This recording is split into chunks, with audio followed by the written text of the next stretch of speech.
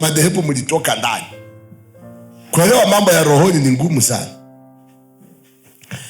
Tatizo kubwa niko nalo hapa ni watu wanakwama katika mila na itikadi ya madhehebu. Wamepaki wanafunzi wa Apollo miaka nenda miaka rudi,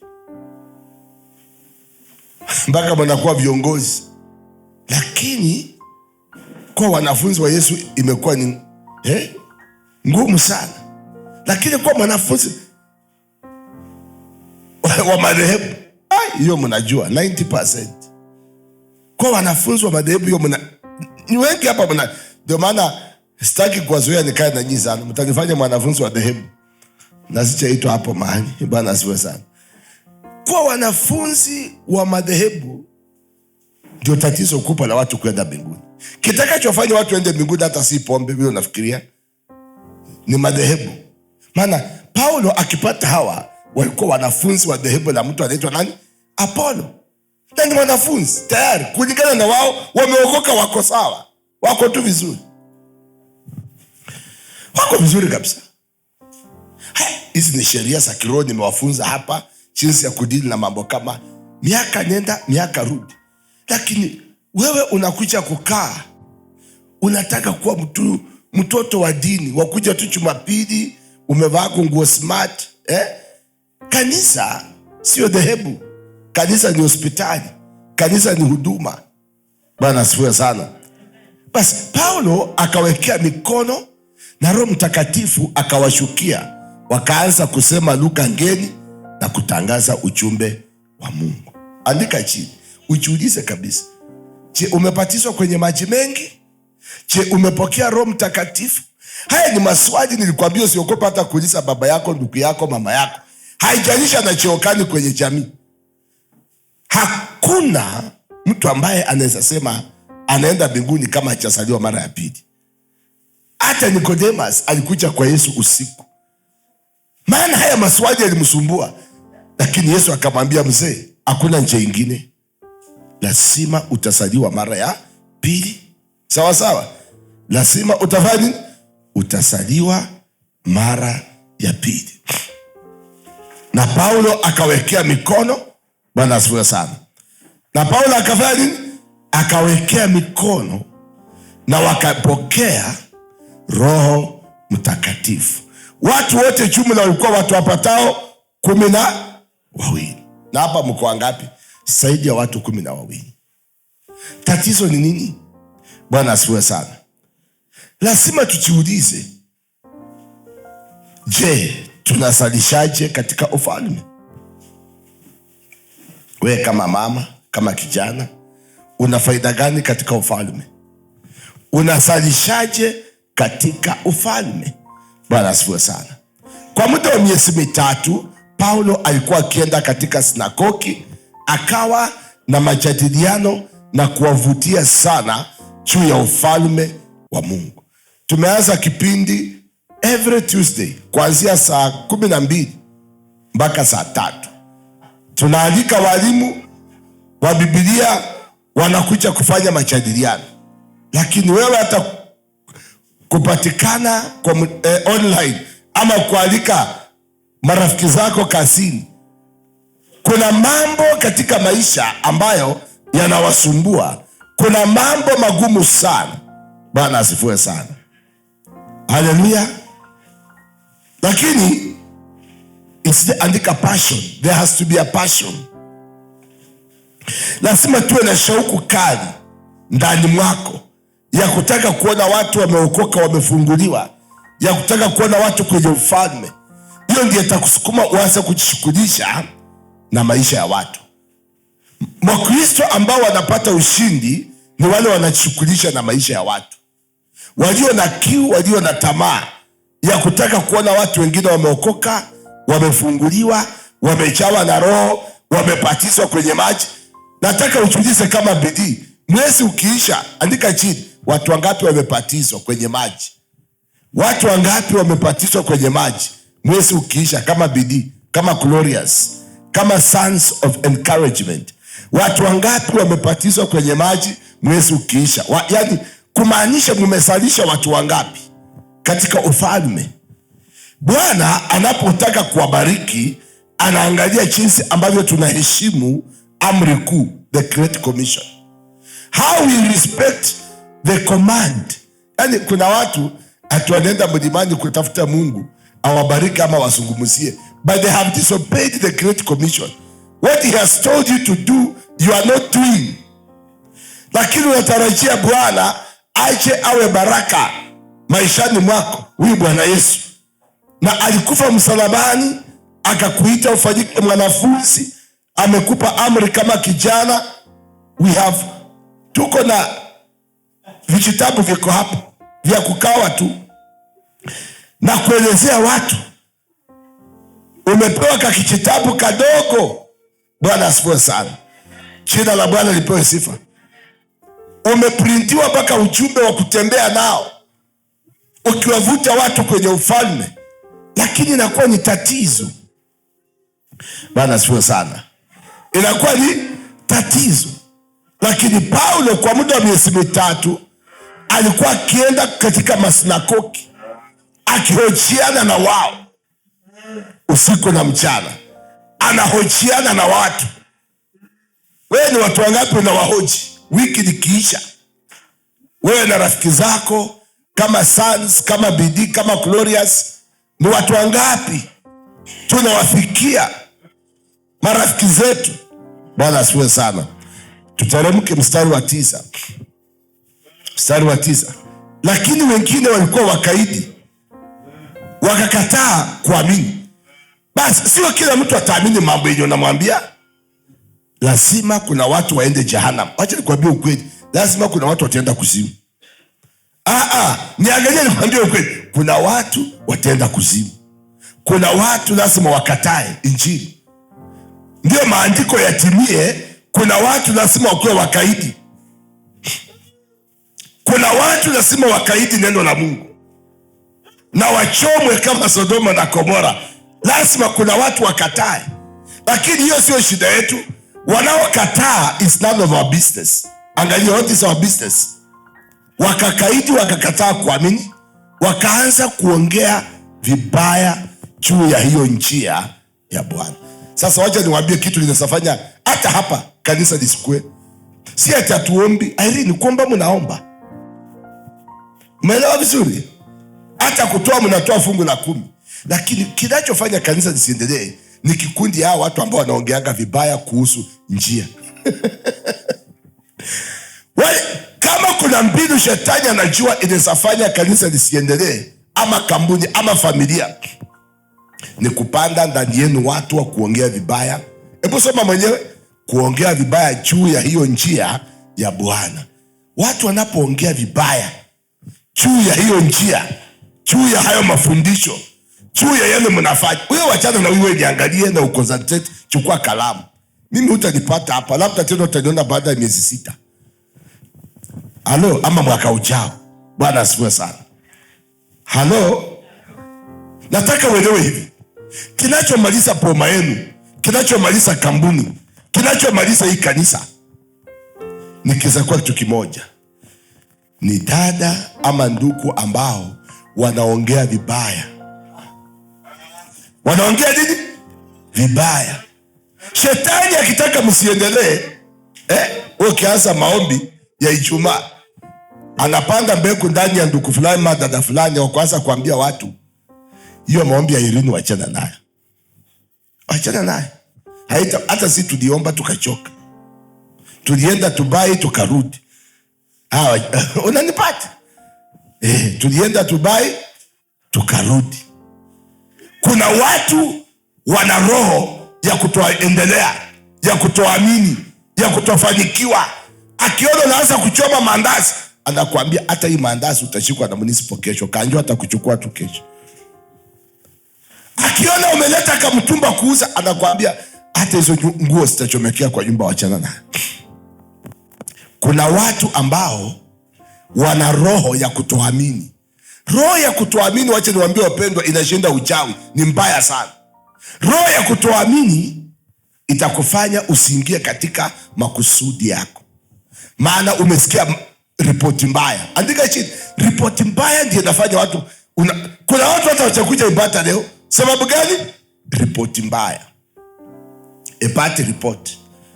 Wana wa Israeli hawakukanyaka katika makusudi ya Mungu, Kanaani Mungu aliyowapangia, sababu waliamini udaku, waliamini ripoti mbaya. Waliamini nini? Ripoti mbaya. Wewe Mungu amekuita, Mungu ameweka kipawa ndani mwako kikufungulie milango uwe tajiri, ufanikiwe. Lakini kwa vile unakaa na watu ambao kila siku uchao wanaongea kinyume na kile kiko ndani mwako, wanaongea kinyume na kile ambacho kuinua kingekuwa baraka kwako. Bwana asifiwe sana. Bwana Yesu asifiwe. Bwana Yesu asifiwe. Kwa sababu hiyo njia zako zinafungika. Na ndio hiyo hapo, kila mara Mungu anataka kubariki mtu ama inji. Sumona leo kuna mtu anaitwa Atuoji, amejaribu kuleta Waluhya pamoja, ikashindikana. Lakini kwa tuka kijana, hata wanawasema ati nyumba yake si nzuri, from nowhere kamejaza umati. Kuna watu wakati Mungu anataka kuinua walijaribu kitu wakashindwa. Na nielewa vizuri, wakiona wanafanya hiyo kitu wanakatika matumbo. Mimi nakwambia ukweli, kuna watu kweli walijaribu kusoma hawakusoma. Sasa wao kijaribu kusoma wanakuambia masomo yatakufikisha wapi? Hata sisi tulijaribu kusoma, soma tunafanana tu. Kwa sababu ya kuongea mambo mabaya.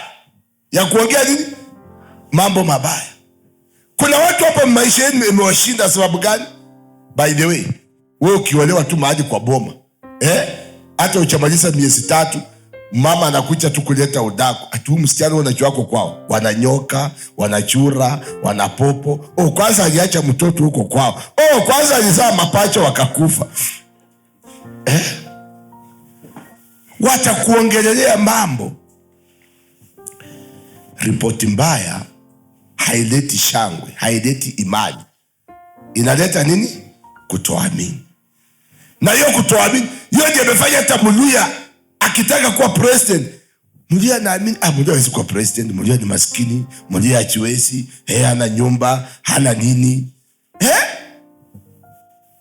Wewe leo Mungu anakuita akubariki, lakini vile utarudi kwa piloti, waambie kwa watu, nimeona maono hata ya kwa hiyo hauwezi. Hiyo wewe hauwezi, haiwezekani. Wao moyo wanakuja hata mtu ameshika milioni 1. Haiwezekani. So ndio hiyo hapo, hata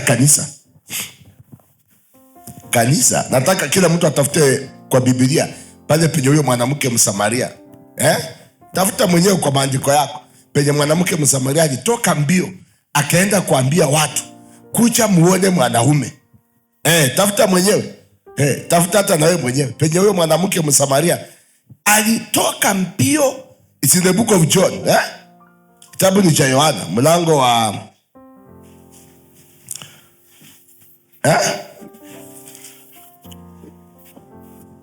hapo kwenye kisima cha Saika. Chapter 4, John chapter 4. Enda John chapter 4. Yohana, mwe mjifunza kusoma maandiko. John chapter 4. John chapter 4, tuingie pale. Tuingie hapa uone kile niko nakwambia. Wamama mko hapa. John chapter 4. Mafarisayo walisikia kwamba Yesu alikuwa anapatiza na kuwapata wanafunzi wengi kuliko Yohana. Lakini Yesu hakupatiza mtu. Ni wanafunzi wa Yesu walikuwa wanapatiza. Sema Mafarisayo. Wakisikia kwamba kanisa hili watu wako wanakuja wengi, wanakatika tu matumbo. Wakisikia duka yako inauza sana, wanakatika matumbo. Wanaitwa nani? Mafarisayo. Hawa ni walimu wa dini. Mafarisayo ni walimu wa dini, walimu wa sheria. Endelea, teremka. Twende moja kwa moja. Teremka kijana. Basi Yesu aliposikia hayo, alitoka Yudea akarudi wapi? Galilaya. Tusonge. Na katika safari hiyo ilimbidi apitie wapi? Samaria. Basi wacha tuteremke Samaria. Jambo ningependa mjifunze leo hapa.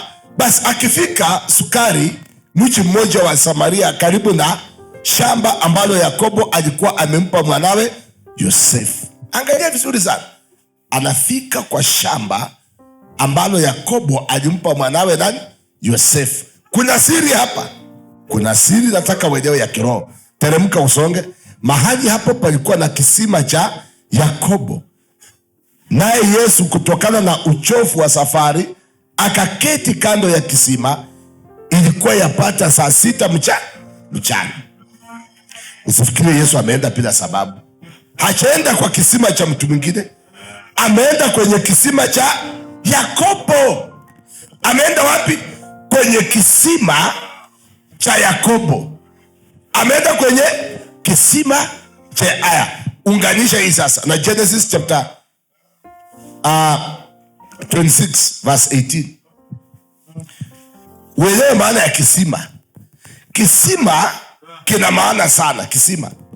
Kisima kina maana. Isaka akavichimbua vile visima vilivyokuwa vimechimbwa na nani? Wakati wa Abrahamu baba yake alipokuwa hai. Visima ambavyo Wafilisti walikuwa wamevifukia baada ya kifo cha Abrahamu, akavipa majina yale yale alivyompa baba yake. Kwa hivyo katika uinjilisti wenu, andika chini, katika uinjilisti wenu tafuta mtu. Kuna watu walikuwa wameokoka na wakapotea, wakarudi nyuma. Wale watu ni visima tayari, ni visima vya wokovu. Kuna watu walipotezwa, kuna watu walipotezwa, kuna watu walipotezwa. Isaka akavichimbua. Tuko na kazi ya kuvichimbua visima.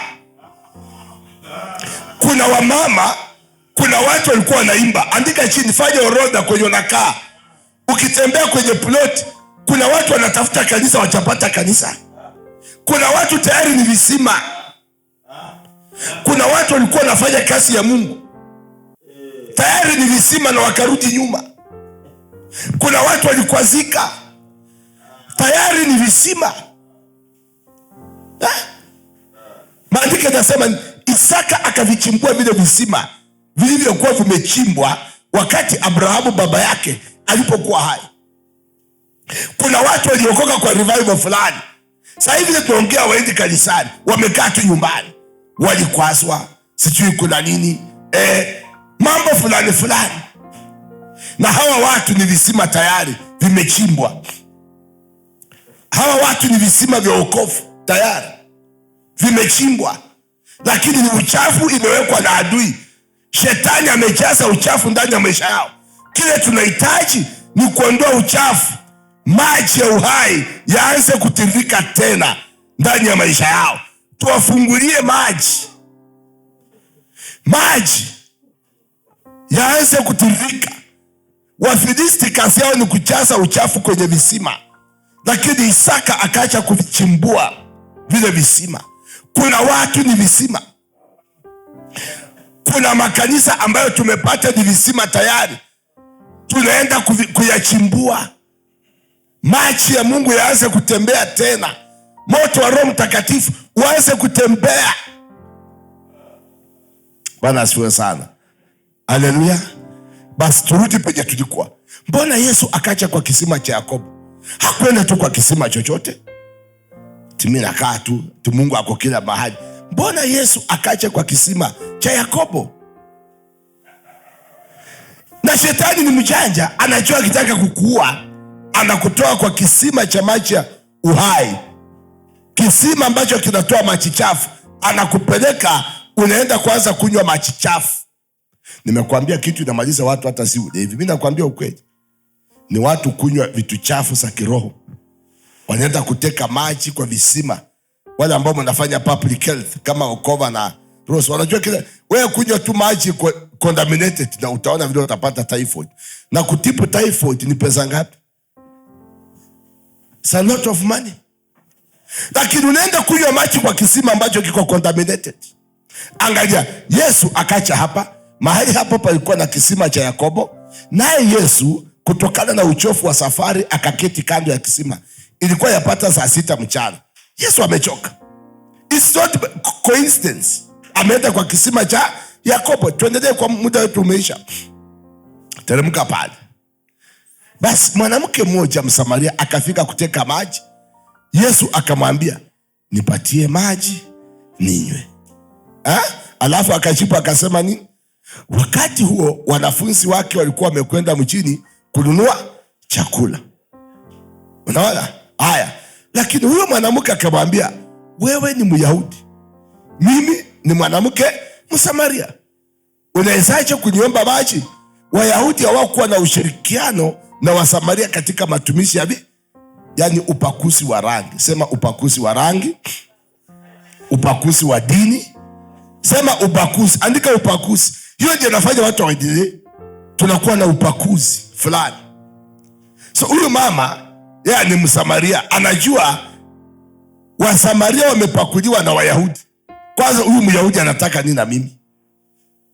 Kitu kinachofanya hatuwezi salisha kanisani ni upakuzi. Mnakuwa na mindset, huyu hawezi okoka, huyu sio ni fulani. Tuondoe upakuzi. Bwana asifiwe sana. Tukiondoa upakuzi, neema ya Mungu itashuka. Bwana asifiwe sana. Aya, tuendelee. Yesu akamjibu akamwambia nini? Yesu akasema, kama mtu ungalijua zawadi ya Mungu na ni nani anayekwambia nipatie maji ninywe, ungalikwisha muomba naye angekupa maji yenye uhai. Hivyo ndio mnatakana kuhandle watu kazini, nyumbani. Mtu anakunyima vitu ya kawaida, ndio namwambia umepepa maji ya uhai, umepepa maji ya uzima. Yeye ananyimana hii maji tu iko contaminated, lakini Yesu anayo maji ya uhai. Mwanamke akamwambia ni huyo mama akasema, Bwana we, huna chombo cha kuteka maji, nacho kisima ni kirefu, utapata wapi maji ya uhai wewe? Unaona vile watu wa kawaida wako. Wewe una kitu. Hata una kamba, una mkopo wa kuchota. We Myahudi, unaniambia nini? Sema madharau. Sema nini? Madharau. Andika hii. Kama unataka kuendelea, madharau attitude. Hiyo ndio vitu inafanya watu waendelee. Madharau attitude. Unakuja kanisani na attitude. Kuna mnakuja hapa mko na attitude. Umeleta tu mwili lakini unajua hata nimekuja tu kufurahisha labda okova ama fulani. Attitude. Kuna mtu akiapia hapa mbele ukimuona unainama chini. Unangoja amaliza haraka sana atoke. Uko na attitude. Kitu inafanya watu wafanikiwe maisha ni attitude. Huyu mama alikuwa na attitude. Ukiwa na attitude mbaya, unaishi maisha mbaya. Usiwe mtu wa attitude na hisia mbaya kuhusu watu ambao ni wa baraka kwako. Mara nyingi watu ambao Mungu anatuma kubeba baraka zako unawachukia na huwataki. Kuna watu ambao watakuwa baraka maishani mwako. Lakini wale watu ukiwa na attitude, na nielewa vizuri, ukiwa na nini? Attitude. Bwana asifiwe sana. Au labda wewe wachifanya mkuu zaidi kuliko baba yetu Yakobo. Yeye alitupa sisi kisima hiki. Na ngoja, ni Myahudi anajisifu ati kisima ni ya baba yao. Tangu lini Msamaria akakuwa ngoja. Wewe angalia hapa, ati baba yetu Yakobo ndiye. Wewe unajua baba yetu ndiye alituachia hii kanisa. Na Msasi ndiye apostle wetu. Bwana asifiwe sana. Are you getting the point? Ati wewe unajua hii kisima ni ya Yakobo. Naye mwenyewe watoto wake na mifuko wake walikunywa maji ya hii kisima. Sema kiburi cha dini. Mtakutana na watu wako na kiburi. Unaniambia nini? Dini yetu ndio dini kubwa. Sisi ndio tunajulikana hapa Kakamega, nyinyi mko na nini? Unanishow nini? Attitude na kiburi na madharau ndio inafanya watu hawaokoki, watu hawaponi, watu hawafunguliwi. Bwana asifiwe sana. Jina la Bwana lipewe sifa. Alafu akamwambia nini? Next verse 13. Yesu akamjibu, kila anayekunywa haya maji ataona kiu tena. Amen. Lakini 14,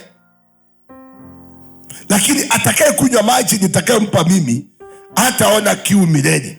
Maji nitakayompa yatakuwa ndani yake chemichemi ya maji ya uhai na kumpatia uhai wa milele. Andika hiyo, ndio ujumbe nilikuwa nakuletea siku ya leo.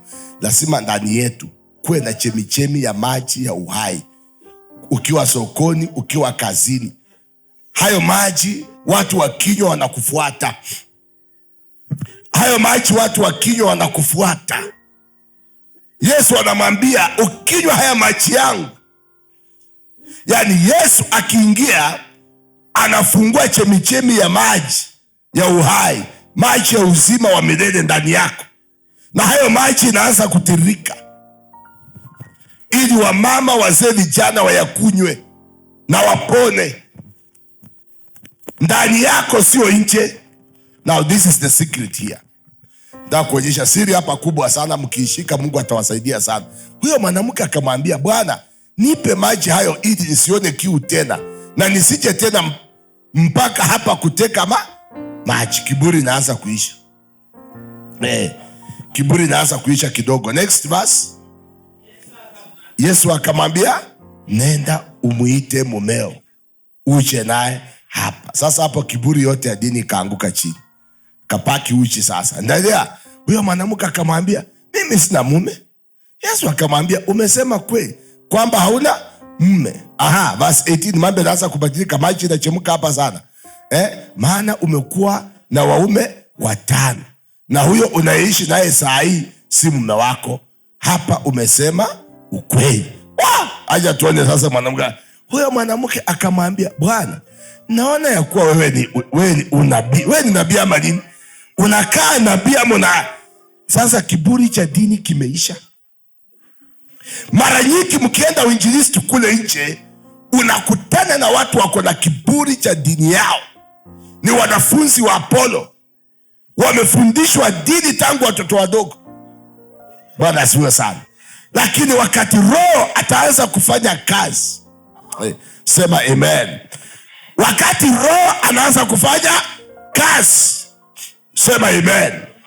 Wakati Roho anaanza kufanya nini? Kazi. Tengeneza hii sauti, ni mbaya sana. Endelea, tuendelee. Next verse. Babu zetu waliabudu juu ya milima huu, lakini nyinyi mwasema kwamba mahali pa kumwabudu Mungu ni kule Yerusalemu. Sasa anaanza kuchifanya anaelewa mambo ya Mungu kidogo. Tunajua shida, kanisa iko mbali na mimi siwezi enda huko. Saa hii kuna mambo mengi meingizo kanisani ambayo watu wanafanya kama ibada, lakini Mungu anatafuta watu ambao watamwabudu katika roho na kweli. Watu ambao watamwabudu kwa roho na ukweli, si uongo. Watamwabudu katika nini? Roho na ukweli. Watamwabudu katika roho na ukweli. Lazima tuabudu Mungu katika roho, sio katika mwili. Tuabudu Mungu katika nini? Roho na ukweli. Haya, tusonge mstari ufuatao. Mstari ufuatao unasema nini? Mungu ni roho. Andika sasa, climax ndio hiyo. Mungu ni roho. God is spirit. God is spirit. Mungu ni roho. Na kwa hivyo, na watu wanaomwabudu lazima wamwabudu kwa roho na ukweli. Ndio maana Paulo anauliza hao wanafunzi wa Apolo, tangu mlipoamini, je, mlipokea Roho Mtakatifu? 90% ya madhehebu mengi tauni hii ni wanafunzi wa Apolo. Wana mitindo ya dini, lakini hawana roho wa Mungu. Hata wamjui roho wa Mungu ni nani, hata wamtambui roho wa Mungu, ila tu wamevaa mavazi fulani, wamevaa kofia fulani, wanatembea na fimbo fulani, wengine na fimbo kubwa. Kiwa na hiyo fimbo basi Mungu amefanya kazi. Chapa watu vipoko kanisani Jumapili kweli kweli, basi watu wamepona. My friend, Mungu ni roho, na watu wanaomwabudu lazima wamwabudu kwa roho na ukweli. Ongeza hapo, roho na unajua kuna watu wako kwa roho na uongo. Lazima tuabudu Mungu katika roho na ukweli. Lazima tumwabudu Mungu katika nini? Roho na ukweli. Hasiachani. Roho na ukweli zinaenda sambamba. Lazima tumwabudu Mungu katika roho. Usituambie wewe uko kwenye unasema roho hula na hakuna ukweli ndani yako. Lazima tumwabudu Mungu katika roho na ukweli. Tumalizie hapa 24:5. Angalia hapa, kuna jambo ambalo ningependa kila mtu alishike hapa. Huyo mama akamwambia, najua kwamba Masia aitwaye Kristo anakuja. Atakapokuja atatujulisha kila kitu. Ndio kujifanya msomi. Very analytical. Ati sasa yeye anajifanya anajua the Messiah. Yesu akamwambia nini? Yesu akamjibu akamwambia nini? Mstari ufuatao. Yesu akamwambia, mimi ninayeongea na wewe ndiye. Mama akasema nini? Mama akasema, next verse, kijana. Hapo wanafunzi wake wakarudi, wakastajabu sana kuona anaongea na mwanamke. Lakini hakuna mtu aliyesema unataka nini au kwa nini unaongea na huyu mwanamke. Hata wanafunzi wake wenyewe walishangaa. Yesu anafanya nini na huyu mama? Anajulikana, atamchota. Huyu mama amechota wanaume wa watu, si atamchota tu Yesu hapa sasa. Yesu anajua kwa huyu mwanamke kweli. Atamchota vibaya sana. So wakashangaa. Huyo mama akawacha mtungi wake pale, akaenda mjini na kuambia watu. Na andika chini. Yule mama akaacha mtungi wake. Kama mnataka hii kanisa iendelee okoma kuliko vile iko, lazima utaacha. Si dhambi. Mtungi si dhambi. Andika sasa. Climax ndio hii nileta leo kuambia hapa. Nilikuja hapa kwa kukumbusha, mna mitungi nyingi sana. Kuna vitu si dhambi. Lazima utawacha. Na utoke mbio, usio utembee. Maandiko yanasema ni huyo mama aliacha mtungi wake hapo. Maana moyo wake umebadilishwa, maisha yake. Ameona, amesikia na kuona kila alichowahi sikia na kuona. Aliacha mtungi wake pale na akaenda mjini. Njooni mkamwone mtu aliyeniambia mambo yote niliyotenda. Je, yawezekana huyu mtu kuwa ndiye Kristo? Now that's the message I'm giving you for the next 3 months. Mkitaka watu wakuje hapa, usimwambie kwanza mambo ya mbinguni. Siwaandike. Mwambie kuja uonane na pastor yangu or my apostle. Amenifundisha mambo ambayo sijawahi fundishwa mahali kwingine. How many of you tell your neighbors that at work? Hakuna. Usianze kuambia mtu mambo ya mbinguni. Huyo mama alienda kuambia kuja muone mwanaume, sio malaika, sio pepo. Kuja mkutane na mwanadamu, mwanaume ambaye ameniambia, amenifundisha mambo. Joy, wewe uko na ushuhuda yako. Kitembea tu kwa kijiji, unaambia tu watu, kuja tu muende muone. Bwana asifiwe sana. Hakuna mambo ya kusema Isaiah chapter 5. Hapana, kuja muende muone. Huyu mwanamke alitoka, akaenda akasema, njoo muone na mwenye. Ona, hawaambii ni Masia, anasema nini? Ngoja kwanza, rudi nyuma, wacha kuwa na mbio. Sasa njooni mkamwone mtu aliyeniambia mambo yote niliyotenda. Je, yawezekana kuwa yeye ndiye? Hajawaamulia, lakini wakuje waone, wamsikize na waamue. Wache wamsikize huyu mtu. Wache wamsikize na wenyewe wataamua. Usiwaambie atu, usimwambie, mwambie hata sitaki ukue mshirika wetu, lakini kuja usikize. Bwana asifiwe sana. Njoo usikize na ufanye uamuzi kama ni ukweli ama ni uongo. Huyu mama alikuwa na ujumbe rahisi sana. Njoo, come and hear this man. Could he be the Christ? Evangelism is tight in a man, not an angel. Not telling people about heaven. Let me tell you the truth. That's why you miss it. There has to be a man or a woman. Oh my goodness. Nakurudisha kwa Paulo na utaelewa. Paulo alichukua watu 12 na akawaambia haya mambo niko na kuambia. Na hawa 12 wakatoka wakiita watu wache wamsikilize Paulo, wasikie uchumbe wa Paulo, uchumbe ambao Paulo alikuwa nao. Na tukirudi kule utaona impact. Kwa miaka miwili watu milioni 2 walikuwa wamesikia uchumbe na wameokoka. Sababu gani? Wewe ukikaa kazini, nyumbani, je, unakuwa kama huyu mama na kumwambia jirani, njoo tuende hii Jumapili tu peke yake usikize, alafu utafanya uamuzi. Njoo tuende. You tell your colleagues, come later, just come. Na wakija wamsikize na watafanya uamuzi. What do you do? Tumalize pale. Maliza pale tu. Watu wakatoka mjini wakamwendea Yesu. Imagine, hakuwa na mitambo, lakini inamaanisha vile huyu mama aliongea na shauku fulani. Alikuwa amekutana na Yesu, na Yesu amechimba kisima ndani mwake, maji yanatiririka. Na Biblia inasema ni watu wakatoka mjini waende confirm. When people come here, they are coming to confirm. Sasa wakipata mko prepared, wataconfirm your mediocrity, they will confirm your confusion, they will confirm how confused you are. Bwana asifiwe sana. That is the truth. Watu walitoka mjini wakamwendea. Tusonge. Wakati huo wanafunzi wake walikuwa wanamsihi Yesu, mwalimu, kula chakula. Endelea. Songa haraka. Lakini Yesu akawaambia, mimi ninacho chakula msichokichua nyinyi. Nina chakula ambacho hamkijui. Ni chakula gani? Songa. Wanafunzi wake wakaulizana, je, kuna mtu aliyemletea chakula? Maana wanafunzi wake wangali pia kimwili sana, hawako kiroho, wangali kimwili kina Petro na Yesu akawaambia, chakula changu ni kufanya anachotaka yule aliyenituma na kutimia. Andika chini sasa. Unaweza kaa kanisani lakini utaenda jehanamu, maana wewe hiyo mstari. That is my conclusion.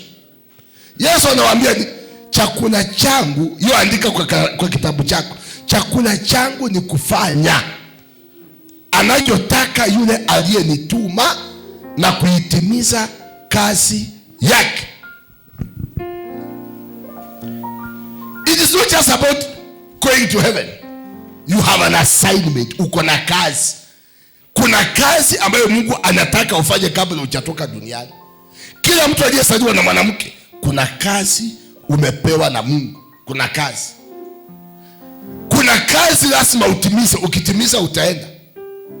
Ukishatimiza kazi ambayo uliitiwa kufanya, utaenda. Yesu anasema chakula changu ni kutimiza kazi niliyopewa. Sasa makosa, wewe unataka kufanya kazi ya Okova, unataka kufanya kazi ya Irene ama ya Kinyangi, we andika chini, tambua your assignment. Na kuna kupa in the next 3 months, discover your assignment on earth.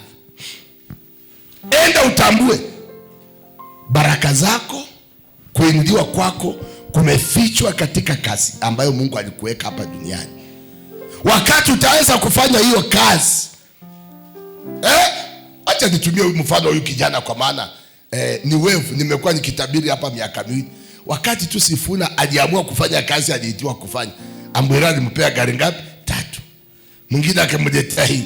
The moment you step into your assignment, provision will come. Lakini watu wengi mnakataa, mmekaa hivi. Mungu amekuita hapa, hata kuimba unaimba kwa vile unataka. Wengine mmeitwa kuimba, kufundisha, kuhubiri. Kuna kazi. Wengine mmeitwa marketplace, mwende huko sokoni mlete mamilioni ya pesa kwa ufalme. Kuna watu mmeitwa, Mungu amewaita, ameweka vipawa ndani yenu za kufanya biashara, kufanya kazi fulani kwa ajili ya ufalme. Lakini wewe unaona ni kazi yako tu. You have an assignment. Kuna wengine wameitiwa madhabahu, na kuna wengine wameitwa kule nje waende kufanya uinjilisti kupitia kazi yao, wafanye biashara. Mungu awape mamilioni ya pesa. Bwana asifiwe sana. When you step in your assignment, it unlocks provision for your life. When you step in your assignment, it just unlocks. Unapokubali kazi uliyoitiwa kufanya, Mungu anahakikisha kwamba maisha yako yatafanikiwa, sababu unafanya kazi.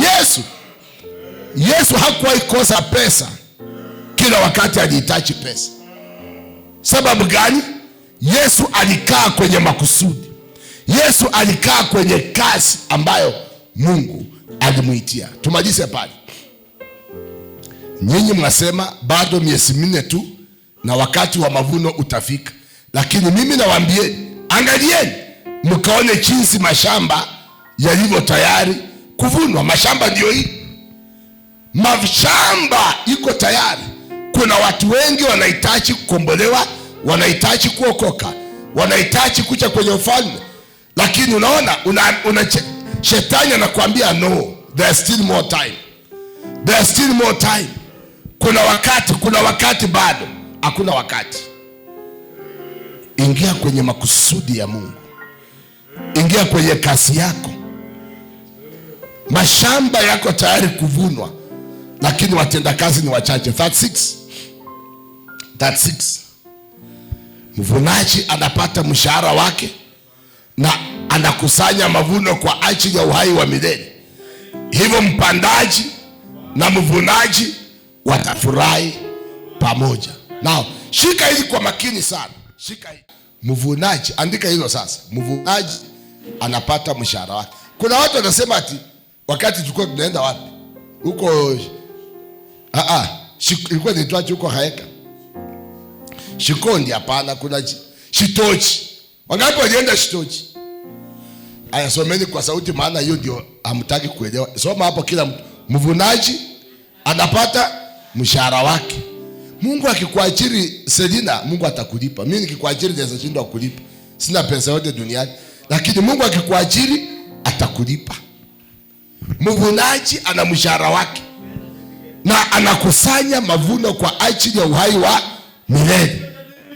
Hivyo mpandaji na mvunaji watafurahi pamoja. Wajua kuna mahali mlihubiri na ukaona mtu akuokoka, ulikuwa unapanda. Ulikuwa unafanya unapanda. Kuna mwingine atakuja kuvuna.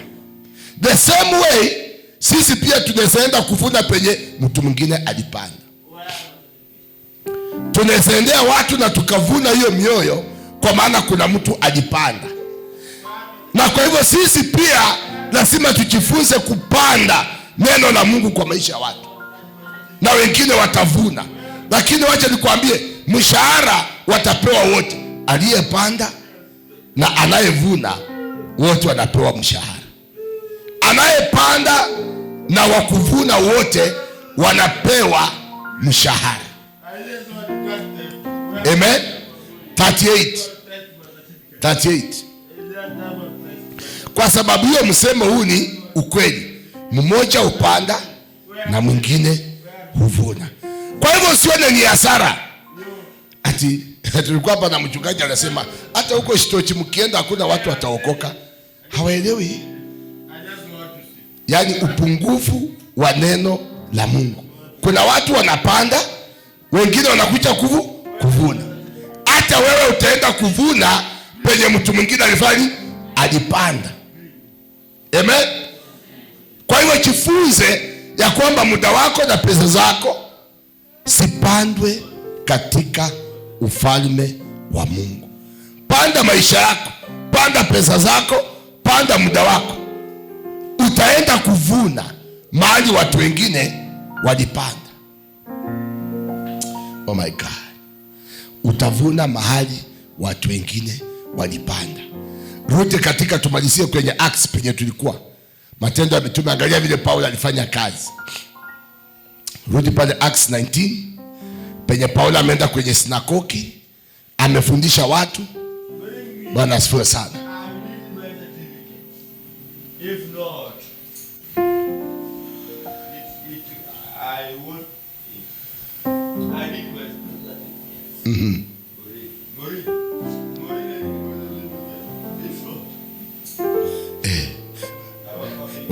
walevi ndio wanaongeanga hivyo, si watu wa kawaida. Na ni mambo wanafunza hapa, mnaona kama sikwambia ukiona mtu mlevi anaongea na watu, anaongea na Morin wa China.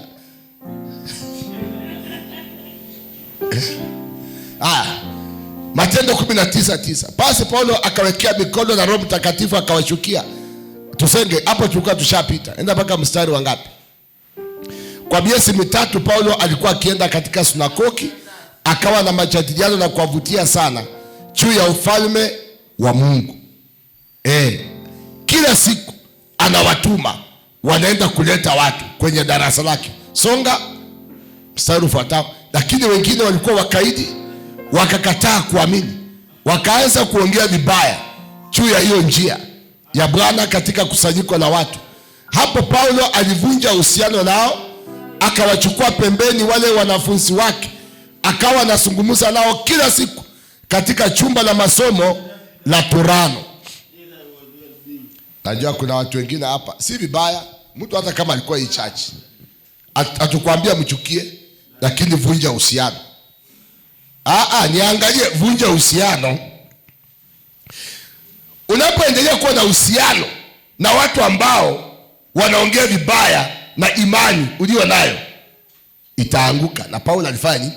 Alivunja uhusiano na wakaidi, watu ambao wamekaidi imani, watu ambao wanachukia hiyo imani ambayo wanaamini.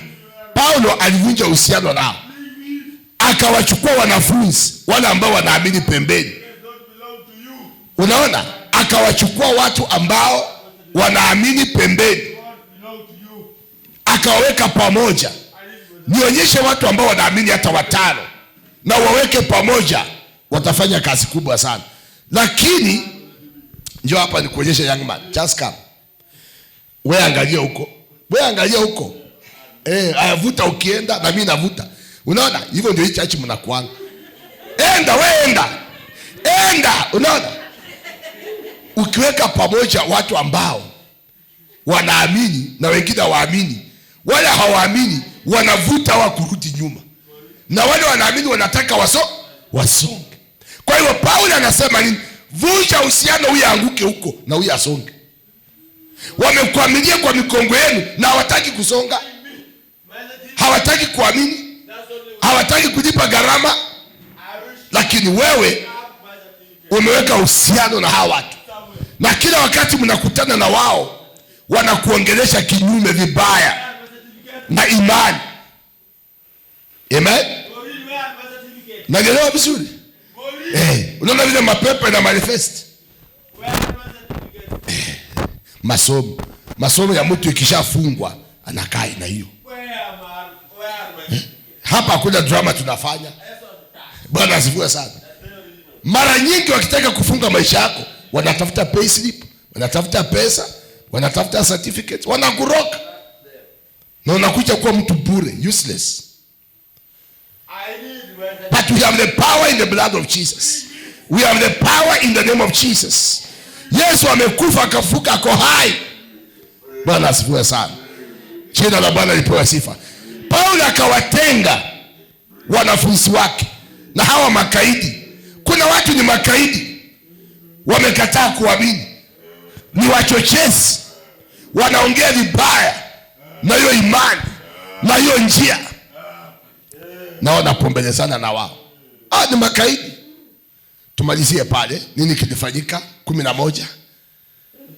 Aliendelea kufanya hivyo kwa muda wa miaka 2, hata watu wote wa Asia, Wayahudi na watu wa mataifa mengine wakaweza kusikia neno la Bwana.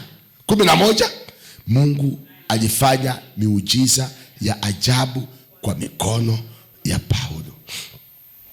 Mungu alifanya miujiza ya ajabu kwa mikono ya Paulo. Kwa sababu gani? Niangalie, niwaambie ukweli. Now this is the conclusion. Ukitaka kuona wewe nijui, hata sasa naondoka, naenda mbali.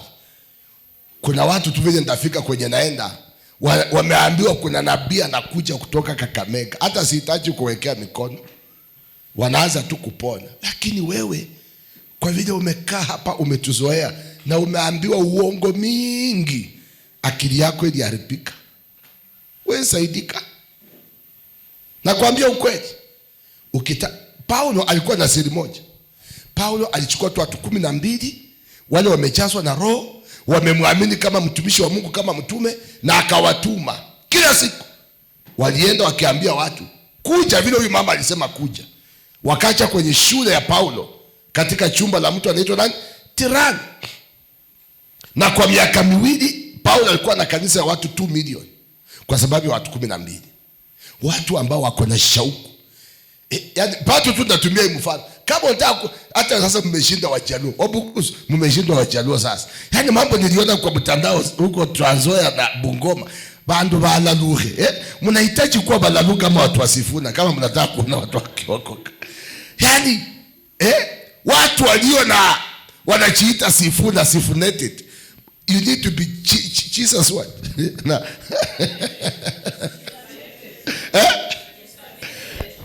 Mpaka kuna mtatizo wa kisiasa anaitwa Manyora akasema Sifuna si mtu, ni roho. Maana yana anaona wamama, wanawake.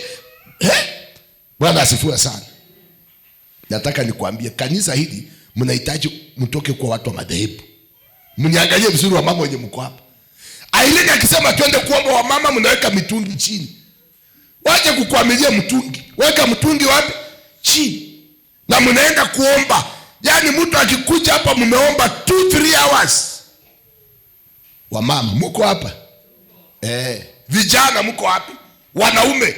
Okoma akisema tukutane, mnaacha mitungi. Weka mitungi chini. Yule mama aliacha mtungi na maji. Na wakatoka.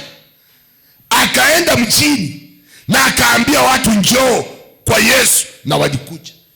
Wewe unatoka mara mtungi. Sasa watu wakikuangalia, huyu mtu anakaa namna gani? Bwana asiwe sana. Huyo mama aliacha mtungi. Dada wewe muombezi. Yaani unasikia dada? Kama kuna mtu kwenye anawarokanga, acha sasa nikwambie. Mtu asikwambie tuende huko Nzesohe Bunyala, kuja tu hapa omba off kazini, wa mama tu 3. Na mnakaa tu hapa kutoka asubuhi tu mkiomba. Jioni kifika, mti imeanguka. Msala kukwili. Haleluya. Lakini wewe unataka kuwa mwanafunzi wa Apollo. Hauna Roho Mtakatifu, hauna moto, unataka kuwa mtu mzuri kidogo. Wachawi wakisemako mambo uko kwa wachawi kidogo, wakiendako Bwana asifiwe sana. Huyo mama aliacha mtungi. Hapa kuna siku tunaacha mitungi kando. Bwana asifiwe sana. Na tunaamua kama ni vijana, kama ni wanaume, kama ni kuomba ni kuomba, kama ni kwenda uinjilisti ni uinjilisti, kama ni Bible study ni Bible study. Tunakuwa na roho fulani ndani yetu. Bwana asifiwe sana. Halo. Mnaelewa vizuri? Mnanipata vizuri? Yule mama aliacha mtungi. Akaenda kuambia mji, njoo muone huyu mwanaume. Vile wanafunzi wa Yesu walitoka, wakaenda kumwambia nani? Watu. Njoo. Na Paulo akatuma wanafunzi 12. Na kwa miezi 3, kwa miaka 2, Asia yote watu waliamini. Pastor Abud, huko Msamba, ukipata tu watu wa mama, wewe wadesamini, yalo naamini. Sisi tunakutuma, wewe unaenda kutuma watu. Lakini sisi tukikutuma usipoamini, wewe utatumaje watu? Na hicho kitu tunamaliza hawa wachungaji. Hata wao walikuwa hapo wakinawili, hawakuelewa ukitumwa na uamini yule amekutuma, unaendaga na roho yake. Siku ile unaanza kufanya kinyume na yale alikutuma, hiyo roho inatoka. Sasa unapaki tu na mambo yako. The spirit of the one who has sent you goes with you. That's why nabii anaambia Gehazi, usifikirie mimi nilikuwa nakuona tu nilikuwa nafanya. Si kwa penye huko, but my spirit was there where you are. Bwana asifiwe sana. Jina la Bwana lipewe sifa. Kazini, vijijini, wapi tunaenda. Bwana asifiwe sana. Haleluya. Tunaenda na kufanya kazi. Haleluya, haleluya. Watu walikuwa wakichukua leso na nguo nyingine za kazi ambazo Paulo alikuwa amezitumia, wakazipelekea wagonjwa, nao wakaponywa magonjwa yao, na wale waliokuwa na pepo wabaya wakatokwa na pepo hao. Kwa sababu gani? Waliamini injili ya Paulo, waliamini mafundisho ambayo Paulo aliwafundisha, na wakafundisha watu. Simameni kwa miguu yenu. Stand on your feet. Amen. Stand up on your feet.